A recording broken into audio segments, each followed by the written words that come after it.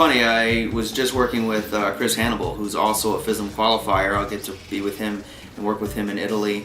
An amazing storyteller, an amazing sleight of hand artist, and he said a quote that I had never heard before, that a person dies twice, once when they put him in the ground and once when the last person ever utters their name.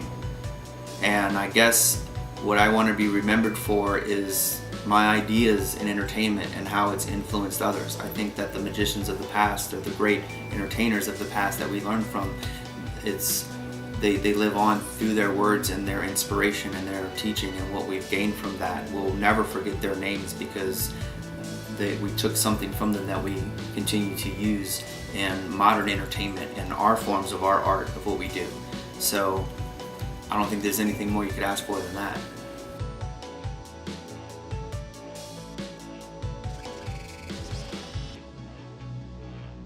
Had to know the behind the scenes of it. I couldn't just let it go, and so the workings behind how illusion was created, how misdirection happened, all of that was so fascinating and intriguing to me. Sometimes magicians say that the method is even more impressive than the effect, and that can be the case for guys who constantly want to learn more about these puzzles that are created.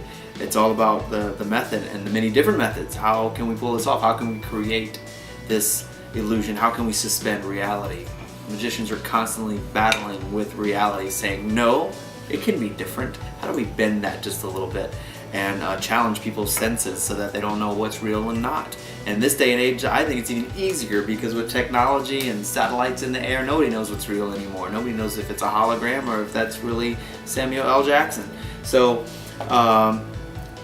to answer your question, I got a book on magic, and I just was, intrigued by it. So the Magic Kit, when I was 5, learned every trick in the box and put it away for a while, and went to every seminar I could find at the library, watched Ronald McDonald shove a salt shaker through the table, and that freaked me out enough so that I never really lost that interest. And at 13, I met a kid at school named Andre, 2 years older than me, who was already doing shows with doves and rabbits and birthday parties, and everything he did, even with just a coin, was fascinating. So I went home and got this book, Now You See Me, Now You Don't. And it was too hard before, but now I was motivated, and I started working on coin tricks and then card tricks. And later, he saw I was serious, brought me to a club meeting with the International Brotherhood of Magicians. So at 13, I joined the Ring 214.